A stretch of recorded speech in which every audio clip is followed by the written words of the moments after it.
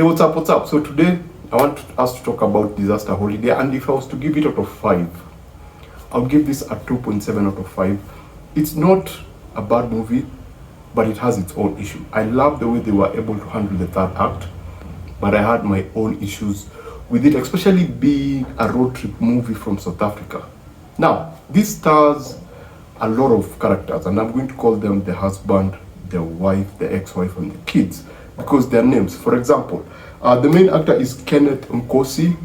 The ex-wife is played by Tina Jaxa, who is like this fearsome, more mature lady who is like terrifying all the members of the family. And then now, girlfriend of the main character is played by Lunathi Mampofu, and she's excellent. I think she gives a very good performance. Now, one thing about this show in terms of production value, the team just came through. The makeup artists, the art departments, all the team, the makeup artists, the costume designers, the location scouts, the set designs. I think they did a fantastic job. This feels like a middle-class family, even when you cross over to characters like Tyrone, who's supposed to be the villain undercover. She is supposed to be competing with the character played by Kenneth. I'm going to call him Kenneth. Just allow me to call him Kenneth. So you find they have the look, and the cars look the part. That's the art department, the prop department. They did a fantastic job. Even with characters like the character who's played by Lunathi, her makeup is on point. That works in a positive way, but also in a negative way. What do I mean? In every situation, the chick, Lunathi, is always on point. Her makeup is always on point. Are they at the beach? Her makeup is on point. Are they, has the car just gone into the water and they've somehow managed to come out unscathed? Her makeup is on point. Has she been doing something that was, has she been driving, or has she been in a high tense moment? Her makeup was always on point. That I liked, but then it was a bit unrealistic. I would expect her to be, or maybe that's the way she looks like. Maybe I might be talking about makeup and there was no actual makeup, so I don't know. But I noticed that her makeup was consistent all through. I wish that there were moments that she wasn't that good looking, apart from the hair. Now, that's generally the general look of the film is awesome. The cinematography is awesome. Basically, the crew did a fantastic job with this particular story. In terms of performances, again, I was shocked by how much I liked the young girl. Can't remember her name. The young girl and her motivation and how she reacted to going to the beach, and her characterization was also very interesting because she had issues that she kept dealing with, that kept, she kept disappearing, and they stayed true to her character up to the end. I like what they did with the third act of the film. The main character played by Kenneth, he is convincing as this person who's dedicated to the family and to everything that he does, to the point of doing whatever he does, and he likes diffusing situations with jokes, and so you kind of believe him as a personality. He looks like a personality that you know, this person who likes dismissing everything as a joke. Apart from that, he plays it very well. He plays the comedic moments very well. The ex-wife, who is this overbearing kind of mom in quotes, she's also really great. She's also good as this terrifying personality that no one wants to mess with. And I also thought the kids did a great job. I mentioned the small girl, I mentioned the teenagers.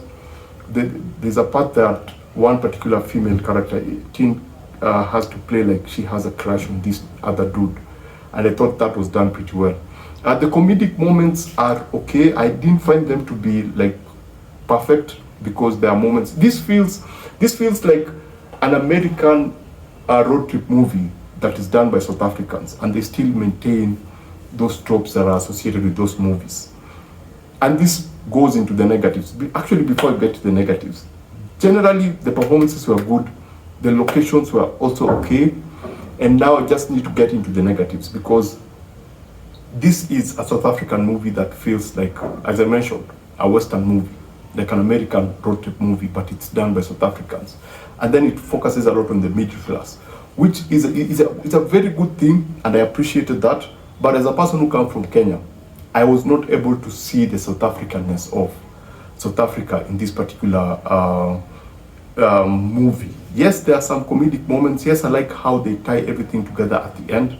But I found myself looking for the South Africanness of this particular movie, but I could not see it. Like with a movie, another Netflix movie like Mjolo, I was able to just see the South Africanness from the top. Apart from all the raunchy stuff, there was an element of South Africanness about that movie, with the outfits, with the houses, with just how the characters behave, their personalities. I was able to see that. But in this, I was not able to see that. I see a lot of foreign ideologies within this particular movie. I wish there was a bit of South Africanness added. For example, South Africans, how they drive, because it's a road trip. I wish they would have covered how South Africans drive their cars, because overspeeding is a thing in South Africa, which is strange to me as a Kenyan. Then the route between Johannesburg and Durban is an amazing road. It's beautiful. There's some beautiful sceneries. We get a bit of that here with some of the wide shots and the establishing shots, but I don't think we got a good idea of, number one, the distance between Johannesburg and Durban. Number two, just how grand that road is between Durban and Johannesburg. If I'm not wrong, this is the same road that has a wildlife somewhere in a stopover, where you can actually stop over to take a break and then go behind, and there are wildlife. You can actually take a break and go see the wildlife at the backyard, and then through the road there are all these beautiful landscapes that I wish could have been captured to actually sell the experience of going on the journey. Yes, I know that they have to tell the story. Yes, I know that everything has to go wrong, but I wish it was more of a spectacle. It just needed a bit of spectacle to take people's breath away. Apart from that, the other thing that I kind of struggled with is the first act and the second act.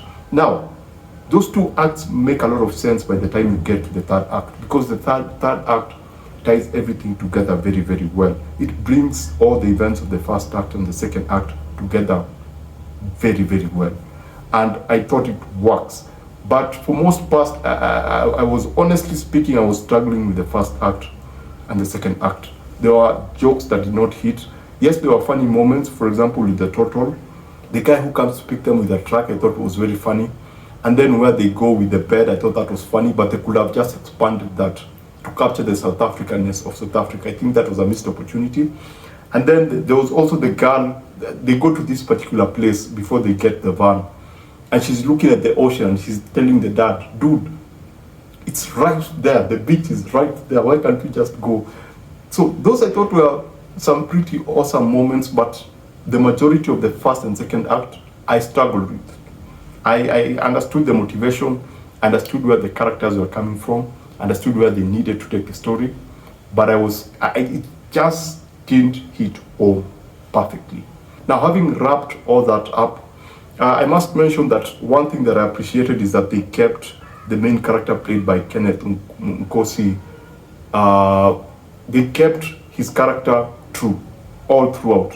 He was consistent, even with what he decides to do at the very end with Tyrone. I was like, yeah, that's staying true to what they had established about the character. So small moments like that, even with the little girl, with something that she does, it's a callback to something else she does in a station, and you get that it was really well thought through, but the humor was just not hitting, and it lacked that South Africanness. South Africa music, color, culture, it's so rich, but I thought this just lacked that, and not in a good way. There was just that emptiness. It lacked an identity, like that South African identity.